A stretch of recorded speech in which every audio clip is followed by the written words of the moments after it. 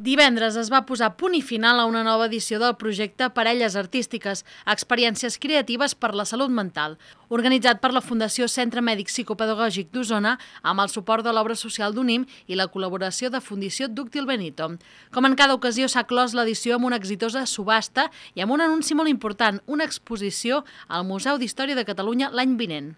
Fundició Dúctil Benito de Manlleu va ser l'escenari de la subhasta de les obres de parelles artístiques per primera vegada, conduïda per Jordi Casadevall.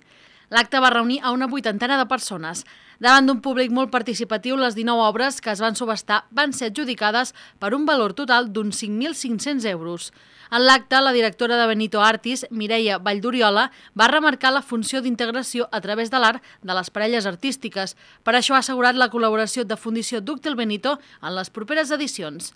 En la mateixa línia, Maria Àngels Blasco, directora dels Serveis Territorials a la Catalunya Central del Departament de Cultura, va elogiar la funció rehabilitadora del projecte.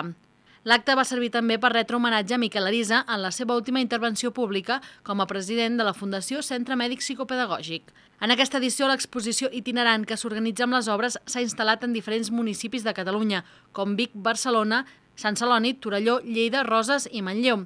Han participat 22 parelles artístiques i s'han realitzat visites guiades amb l'Associació de Familiars de Persones amb Malaltia Mental de la Garriga al FAR, el tercer curs de teràpia ocupacional de la Universitat de Vic, un grup d'estudiants d'Educació Social de la Universitat de Lleida i els usuaris del Club Social La Brúixola de Lleida. Durant els parlaments es va anunciar que de cara a l'edició 2011-2012 l'exposició s'instal·larà en espais emblemàtics com el Museu d'Història de Catalunya.